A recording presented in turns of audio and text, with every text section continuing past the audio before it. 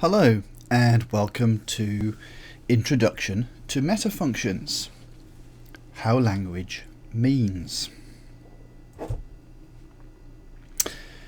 When we think of language, what do we think of?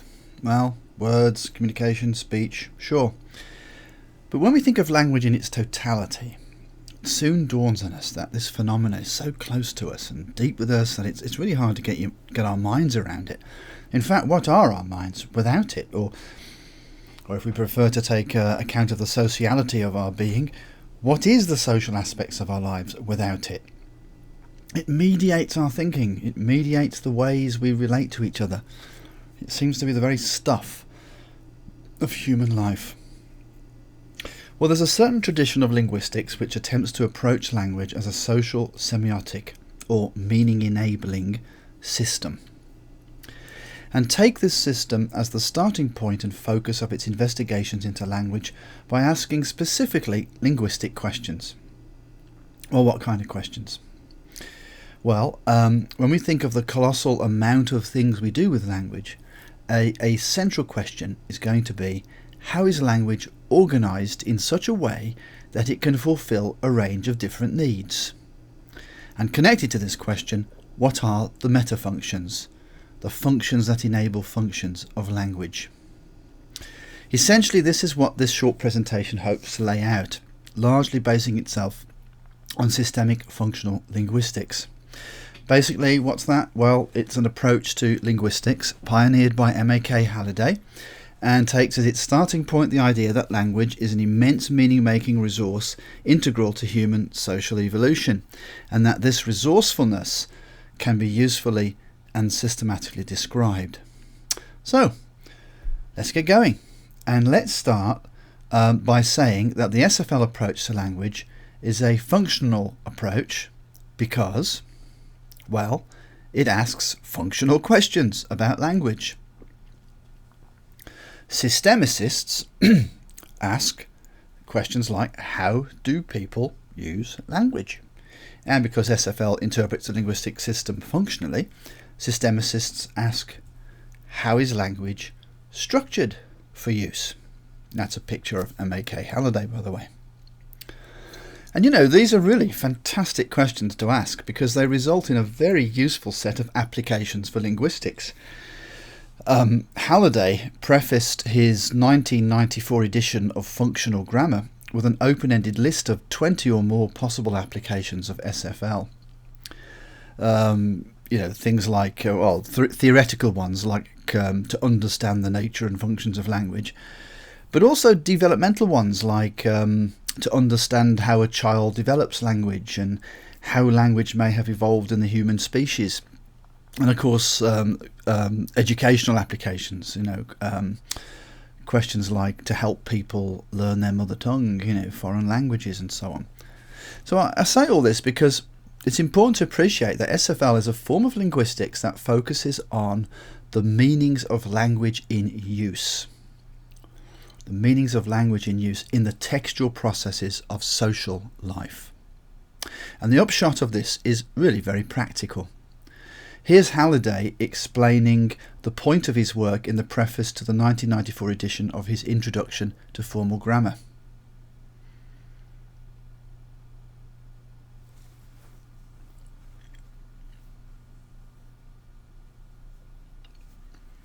A grammar that allows us to say sensible and useful things about any text? Yes, please. That's what we want. All right. So, when systemicists ask, how do people use language? In more concrete terms, they're asking, how many different sorts of meanings do we use language to make? And when they ask, how is language structured for use? In more concrete terms, they're asking, how is language organised to make meanings?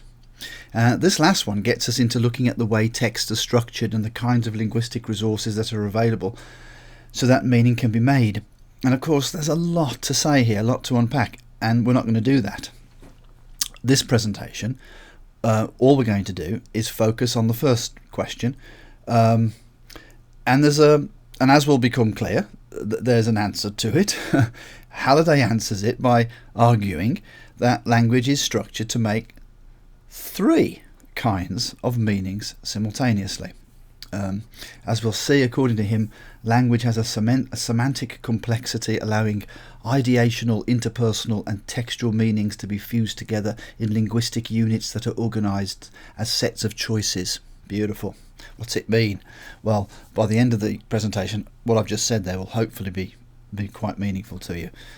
But first, what I'd like to do is start by reminding us of the situation we are in, we're all in really, with language. So here's a holiday snapshot I took some years ago. It was taken at a time when we still went on holiday with our children, who are now no longer children, incidentally. Well, speaking as a parent, they're always going to be your children, aren't they? Anyway, in this picture, and I took it on the North Devonshire coast in the UK, you can see that in front of me is a very steep hill leading to some cliffs bordering the sea. Very nice. But a very steep hill. Yes, I remember it well. And there are my children, those little dots that I've magnified in the inset picture, bounding ahead. Yeah, and why wouldn't they, with all the energy that they have? Okay, their experience of that hill was doubtless a little different to mine. All right. But now consider this. Consider a 3 or 4-year-old climbing that hill with us. Their experience with their little legs and lower endurance would be different again. I'd probably end up carrying them. Well, all this reminds me of a situation that another linguist educator called Gunter Kress, Kress is spelled Kress, it reminds me of a situation that Gunter Kress relates as part of explaining the language predicament he believes we are all in. So, as Kress relates it, imagine this 3-year-old climbing a steep hill. And this 3-year-old is understandably motivated to express what he thinks of his experience. Now, he can't say, "Oh, this is a steep hill," because he hasn't got the word steep in his vocabulary. But he does say this. And he means something like, "It's really hard and heavy work for me to climb this." In other words, the meaning potential of the wording heavy, the word he uses, is something he knows, and this is the best way he can come up with what he's wanting to mean. Now, Kress wants us to see that the use of heavy can be seen as a reshaping, remaking, if you like, or a transformation of the word in relation to its prior range of uses and potentials. Because after all, heavy isn't used to mean something like steep and difficult. But here, this is just how it's being used. And we get it, we get what the child is meaning. Or should we say, really meaning? But anyway, here's the point that Kress wants to make. Kress, amongst other things, he wants us to see the predicament the child is in as a predicament that is typical of all our uses of the resources of semiotic systems. When we use language, when we try to say what we mean, we have to use the meaning-making resources that are available to us. And those meaning resources are cultural and shaped by a history that is, well, in a profound sense, given and relatively stable. We don't get to... well, anyway, that's all I'll say. Given and relatively stable. However, Kress wants to point out that we don't just act with these resources, selecting the ones that are most apt. I mean, we do that, but we also act on them. That's the point. That is, in using them, we change them slightly. When we use resources of language, we change the meaning potentials of those resources, just like the 3-year-old child is using heavy in a modified way. No, I mean, it probably won't catch on in this case, but it could. That's the point. So all this means then that knowing about language use is not so much a matter of knowing how to deploy existing resources without changing them, but more like, to use Cress's words, and I'm quoting him here, a constant remaking of those resources in the process of their use in action and interaction. I'd like to say that our predicament with language has a sort of existential quality to it, for we're not merely passive users or victims of the meaning potentials of our cultural language. We should never forget really that language is a dynamic resource, and using language comes with a responsibility for impacting that resource. All right. Well, let's consider this dynamic. I've realised it doesn't help to eat peanuts while you're talking. I've just realised that. Anyway, let's consider this dynamic aspect of the language resource in a bit more detail by looking at just some of the ways language changes. One obvious way language changes is when we invent new expressions. So you can imagine expressions are being added to the language all the time from different sources. That's probably the most obvious thing to think of. But we can also change or add to the connotations of words. These examples have all gained connotations that they didn't once have. And perhaps I think, in a way, that the most remarkable thing about language, and we can so easily forget this, is that we can say things that have never been said before. Wow. There, I've just made that up, and though I can't prove this, it's quite probable that no one else in the whole history of the planet has ever uttered that particular sentence. And yet, as a hard hill uttered by the 3-year-old was unconventional, but we still got a good sense of what the child was meaning, suggests, we can also push the boundaries of what can be intelligibly said.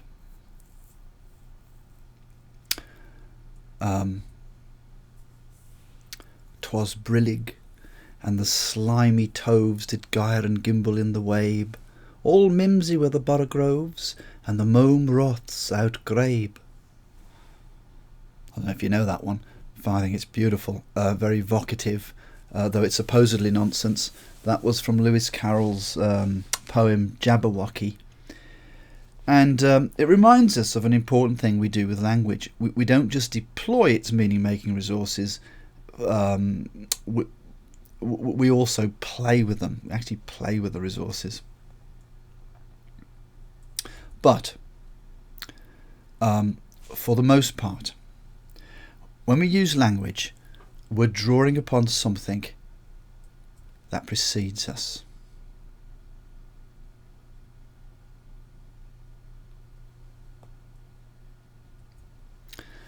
Language is a semiotic resource. It's there to be tapped into to the extent we have access to its resourcefulness. Boy, it was a steep hill.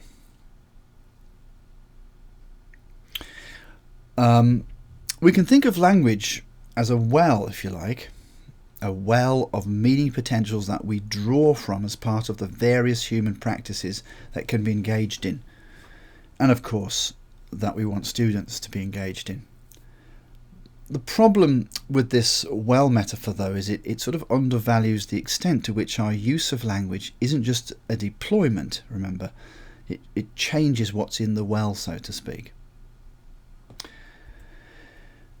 So, with this proviso in mind, But staying with the idea of language as resource, we now ask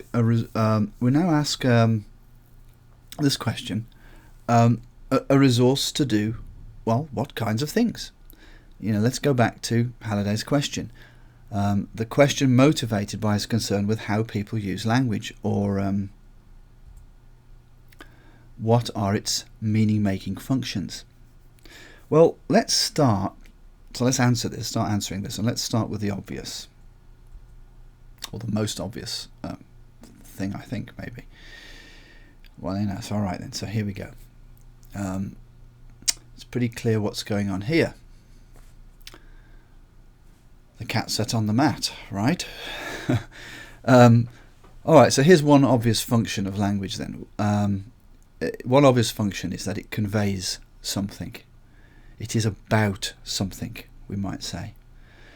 This statement is about the cat sitting on the mat. It relates a process, sitting, things or participants, the cat, the mat, and how the things or participants are related spatially. The cat is on the mat. So we could say one function of language is to represent processes that take place in the external world, in reality, so to speak. And that might be fine so long as we also recognise that processes also include those taking place in the internal world of our own consciousness.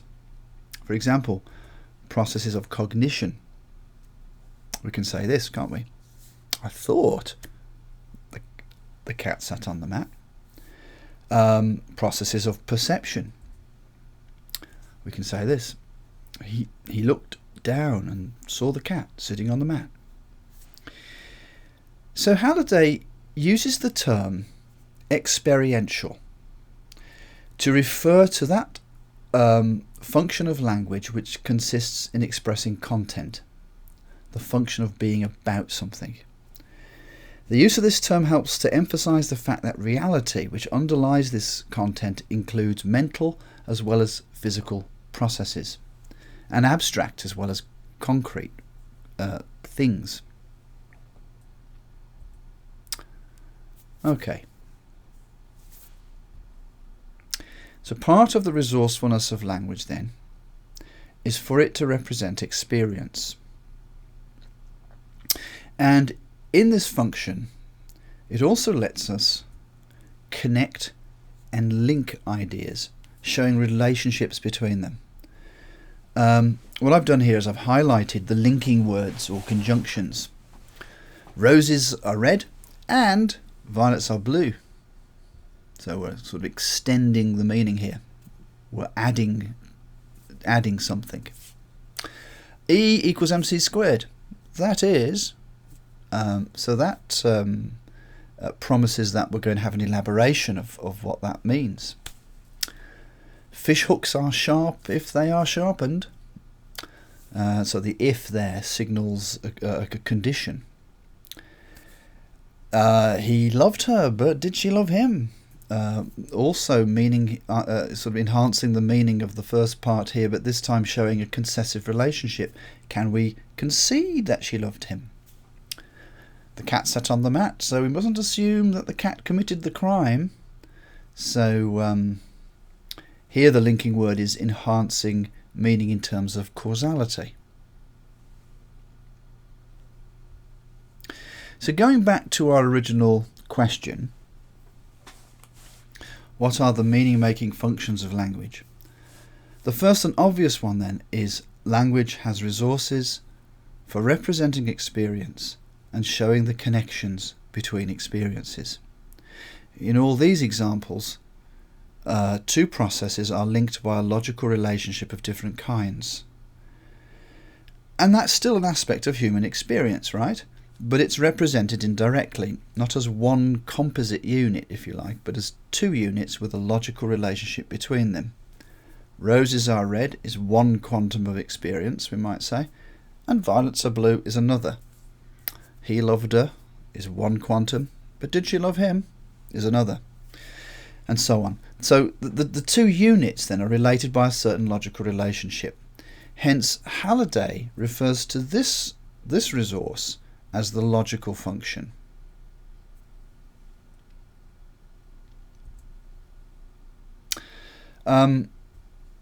Okay, so we have the experiential function then and the logical function. And because they're both involved in language's metafunction of being about something, Halliday introduces a term that is more general and encompasses both of them. And this is what he comes up with, ideational. So the ideational refers to that function of language which allows it to express ideas, and the experiential and the logical are two to express ideas, and the experiential and the logical are like two subcomponents of that function. This function enables language choices when we are concerned with subject matter, and for that reason it's sometimes referred to as that field. Now, the educator and linguist Beverly Deriwianka also uses a term for this. Well, two terms. I think maybe more intuitive and descriptive. She refers to them as that: language for expressing ideas and language for connecting ideas. I quite like that. But texts are not entirely made up of words and well, they are. Well, okay, that could be very ambiguous. Let me say that again. Texts are not entirely made up of words and structures expressing some recognizable content. That's the point I want to make. Yeah, it's not all about expressing recognizable content. We also find numerous expressions of what in the broadest terms we might think of as the speaker's own involvement or intrusion into the situation. So language does this as well. We can comment on things, we can evaluate things, we have attitudes and so on. So we've just been exploring the ideational function, but Halliday wants to also talk about this next function, which he calls the interpersonal metafunction. So what's this then? So as well as the ideational, then the one we've just looked at, language plays a key role in fostering types of social interaction. It's involved in creating and maintaining relationships, developing and projecting personal identity, where speakers and writers can express opinions and engage with the views of others. Okay, in other words, there's always a social dynamic created whenever a text is uttered. For example, look at all the ways we might express a wish to have someone stop smoking.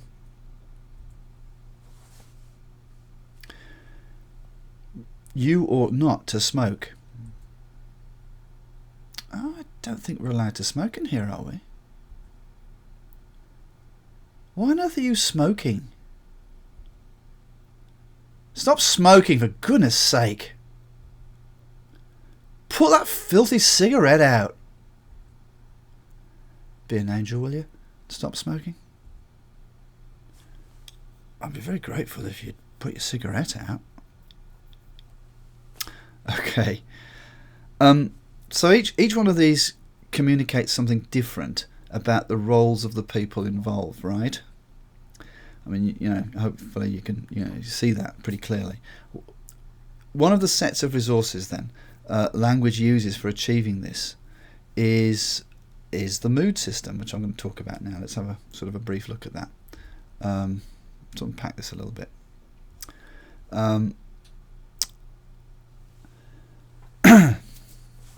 If we look at the formal structures of these utterances, they all have a characteristic structural order or pattern indicating what is sometimes called their speech function, or more technically, their mood.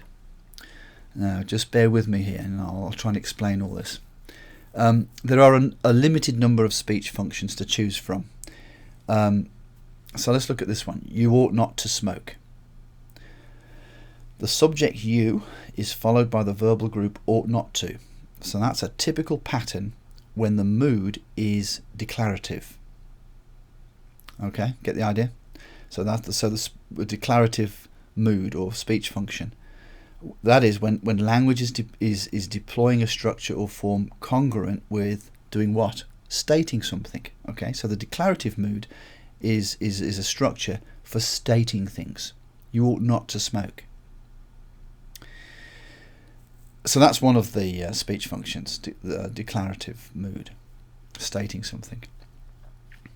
But you ought not to smoke is a statement which in a certain context might mean something similar to some of the other ones that we used here. Stop smoking for goodness sake, or put that filthy cigarette out.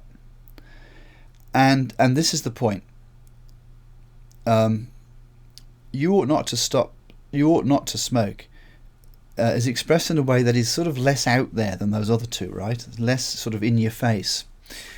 And incidentally, stop smoking for goodness sake and put that filthy cigarette out and be an angel, will you, and stop smoking, are all in the imperative mood. That is, they possess the form of language that is congruent with making a command or an order. The typical pattern there is a verbal group, stop, for example, followed by the object, smoking. Stop smoking.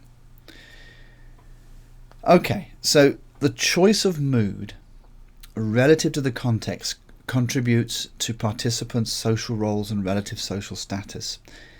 It signals or helps to constitute the social distance between participants. Also, the social distance between the speaker and writer. It also helps to build the persona of the speaker and writer, their general stance, if you like, and an assumed degree of alignment or solidarity with others. You wouldn't speak like some of these utterances on the screen here. You wouldn't speak like that to some people. You'd be okay maybe speaking in a fairly in your face sort of way to somebody who you were intimate with. Anyway, there is actually there's one other speech function represented here too. I should talk about that one because it's very interesting. The interrogative mood, when language is structured in a way that is congruent with asking a question. I don't think we're allowed to smoke in here, are we? And why on earth are you smoking? Typically the form here involves an auxiliary verb followed by the subject, as in are we or are you. Okay, asking a question when in fact what we're really wanting to do is change someone's behaviour is a much gentler approach to human control, and for the reason and for this reason it's sometimes more effective. But again, the choice relative to the context says something about the status of speaker to audience. I don't think we're allowed to smoke in here, are we? Reveals a more tentative persona, doesn't it? Perhaps a willingness to strike up a dialogue with the listener. Probably the teacher isn't really after a discussion when she's addressing the whole class and she says, "Would you like to sit down now, please?" Right, it's a question, right? But she's not wanting a discussion about it. She wants the kids to sit down. And notice something else about that last example, the tone of my voice. I was trying to project a kind of impatient, exasperated tone, and that also carries meaning, impacting the social dynamic. So tone is another linguistic resource then, belonging to this interactional metafunction. And as a teacher, it's worth thinking about this tone business. Helping students hear how a written text might be intoned can go a long way to helping them understand the text. We don't usually pay attention to that, which is too bad, perhaps. All right. Finally, there's one other set of functional resources besides speech function or mood that I'd like to point to in all of this. Words like ought, filthy, angel, grateful have evaluative resonance, right? And colour what is being referred to. Also, we can express intensity of an evaluation. I'm not just grateful, I'm very grateful or extremely grateful. Reality isn't black and white, and language offers resources for modulation, revealing our attitudes and judgments. So the more we have access to those resources, the more we can modulate things, the more delicate we can be in our descriptions of things and so on. Modal and evaluative resources enable writers in particular to project certain textual personas. If I want to come off like an academic authority, I'm going to have to work my modulation resources quite well, or if I want to come off as a technical expert, that's different again, or a social commentator. Anyway, so there it is. Let's summarize all this though. The interpersonal metafunction is that function, that set of linguistic resources that enables us to participate in communicative acts, take on roles, positions of authority or not, express feelings, attitudes and judgments, all of that. Maybe we're interacting as friend to friend or interviewer to interviewee. Social roles come with power differentials, don't they? Equal ones, professional to professional, or unequal ones, expert to novice, and so on. And such factors will determine the distribution of communicative functions. For example, an interviewer asks more questions than the interviewee, typically, right? Whereas if we're like talking to our peers, we're more likely to have that distributed more equally. How socially connected or distant speakers are is also likely to influence the degrees to which language is formal or informal. For example, close friends are more likely to use terms of endearment. Be an angel. Contractions like I'd rather than I would be. And of course, colloquial vocabulary or colloquial lexis. Words like awesome, amazing, cool, just joshing. So, who we are, or would like others to think we are, accompanies the content or aboutness of what we say. Hence, in order to develop a stance, writers and speakers draw on modality and evaluative resources. And of course, we're not going to go into those here, but that's what this metafunction is all about. So, the ideational and the interpersonal functions of language are both part of the meaning of an utterance. The interpersonal function enables language choices when we are concerned with interacting with others, and for this reason is sometimes referred to as this tenor. And again, the educator Beverly Derry-Wianka uses a perhaps more intuitive and descriptive terminology, namely language for interacting with others. So I think that's very useful. All right, to sum up then, we have so far identified two basic functions of language, or metafunctions I should say, the ideational or field and the interpersonal or tenor. So on the one hand, a language user is able to represent in language his or her experience of persons, objects, abstractions, processes, or sights, qualities, and relations to the real world, including the internal world of our own consciousness and the ways in which one piece of experience is related to another. So there then, language fulfills the function of expressing content, communicating about something. But on the other hand, the language user is using language also for his own or her own direct participation in the speech situation, for the definition of his own and the hearer's communication roles, and the expression of attitudes and assessments. So there, language fulfills the function of establishing and maintaining social relations. I mean, expressing individuality, really, and achieving social control, power, and so on. So, pretty important. But there is another metafunction. There's 3 altogether, if you remember.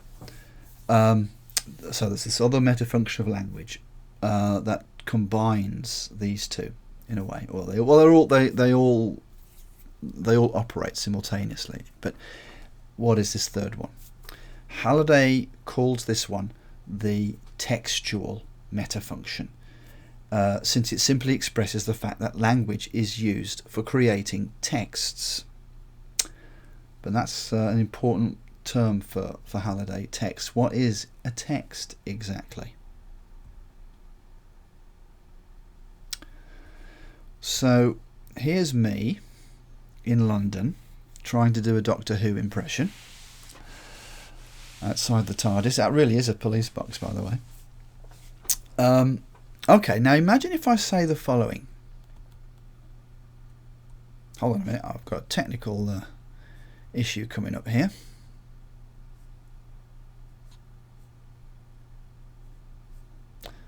Sorry about that. I say this. I'm from England. Yeah, but I've been living in the States for about 25 years now. I really like it here. Now, there's some coherence between each of these, isn't there? We can sense that statement 2 is thematically connected to statement 1. Where I'm from and where I now am. We can sense that statement 3 is somewhat thematically linked to 1 and 2. I come from somewhere else, but now live in a different place. Am I happy with the change? Also, we easily assume that the here, the word here, of statement 3, anaphorically refers to the word states in statement 2. And so on. In other words, these utterances fit together. To some extent you could say that one flows out of another. There's a kind of an organic feel to the whole thing, isn't there?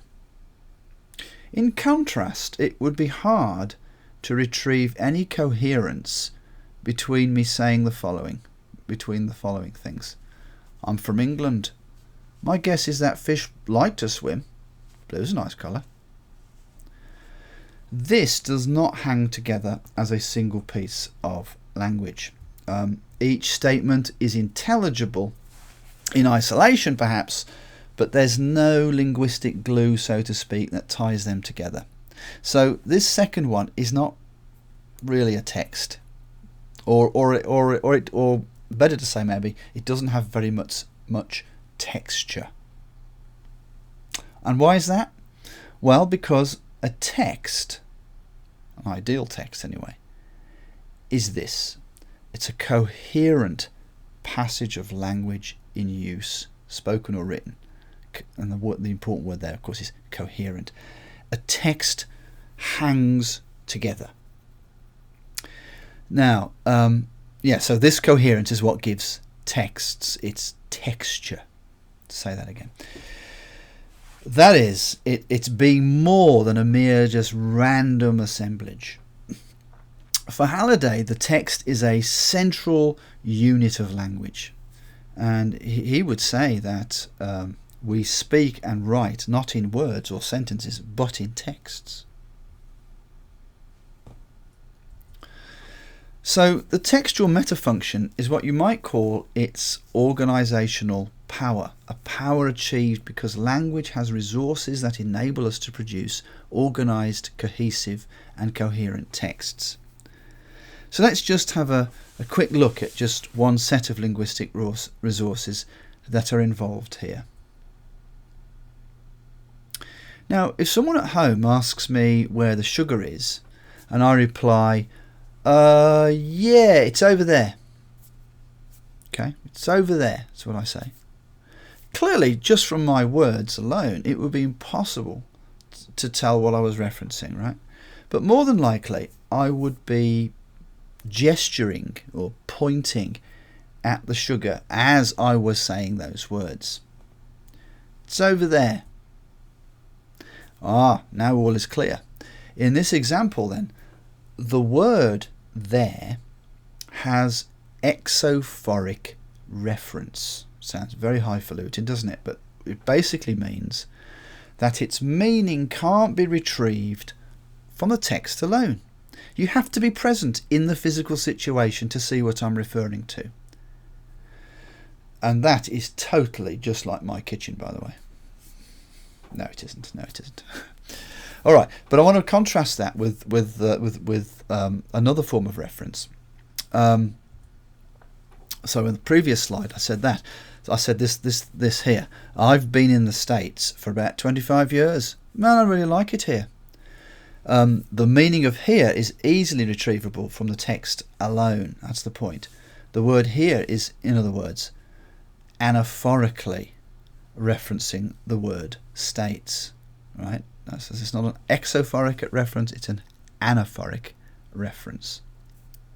Exophoric and anaphoric reference is one set of linguistic resources realizing the role language is playing in the action.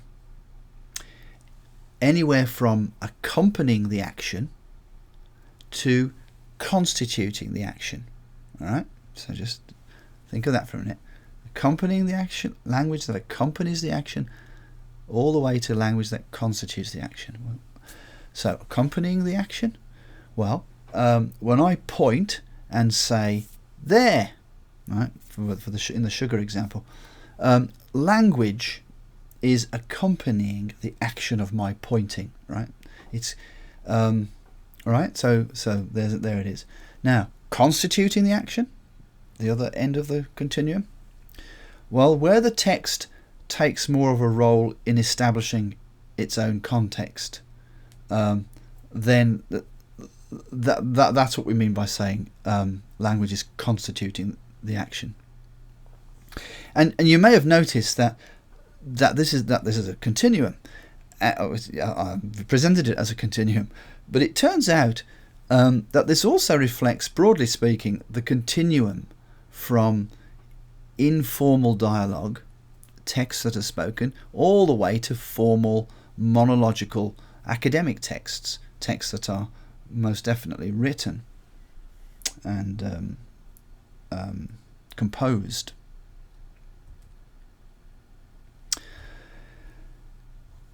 I mean, there are a lot of important differences then between these two kinds of texts, the spoken and the informally spoken and conversational, and the academic formal written.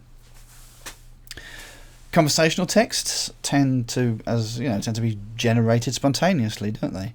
Aren't they? While the formal kind tend to need pre-planning, composing, and that fact is reflected in the different distributions of certain linguistic qualities that each will have, respectively. Okay, so there is a link between the kinds of linguistic qualities that these two kinds of texts have, and their mode. For example, conversations typically deploy an everyday vocabulary or lexis, while, of course, academic writing is likely to be filled with a technical lexis. What else? Conversations tend to express processes and actions, while academic writing tends to convert processes and actions into things, a process called nominalization, leading to a greater density of information. And we could go on describing other important differences, contrasting the ends of the mode continuum. But the important thing to understand about this textual metafunction is that the linguistic resources involved with textuality have this in common. They all maintain the organization or flow of the text. Right? So an informal conversation is organised and flows just as much as a dense formal academic essay is organised and flows. It's just that, depending on where the text is on the dialogical, informal, spontaneous versus monological, formal, planned continuum, the distribution of certain linguistic resources to enhance and maintain flow will be different. Flow and organisation is maintained differently according to the mode of the text. So to recap,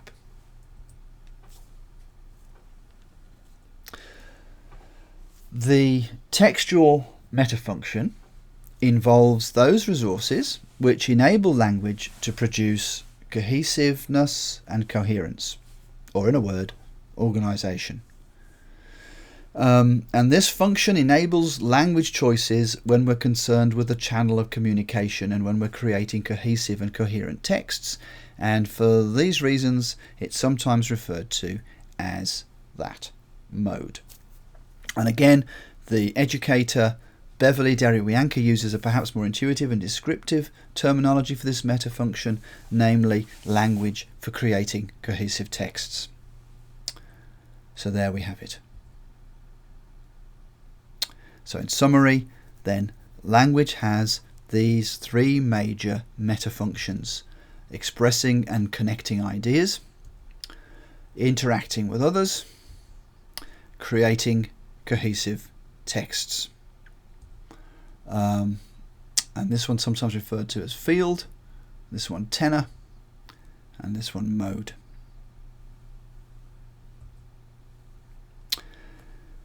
And so, as the sun sets and the moon rises, we've come to the end of another linguistics presentation. A presentation that attempted to lay out the three metafunctions that enable language's functionality in a way that can be linguistically captured. Alright. Since the grammar of any language has developed through the ages to serve people's communicative needs, Halliday, in his 1978 book Language as Social Semiotic, argues that, I'm going to quote him here, it is the demands posed by the service of these functions which have moulded the shape of language and fixed the course of its evolution. Unquote. Wow, well, that's quite a claim. But it's the basis of the theory of functional grammar. Alright, if you've been following all this, I think it's also worth saying that there was one of the things that's being claimed here is that in almost every instance of using language, all three metafunctions operate simultaneously in the creation of meaning in relation to the context. Right? All three operate simultaneously. Certain grammatical resources will realise the ideational metafunction, others will realise the interpersonal metafunction, and yet others will realise the textual metafunction. So all the linguistic resources that we're going to need to explore then are present, and we can sort of arrange them in terms of these three families of metafunction. All right, well, I hope all that's been very thought-provoking and not too confusing, and useful as an introduction to this way of doing linguistics. Thank you for watching. Take care and see you again.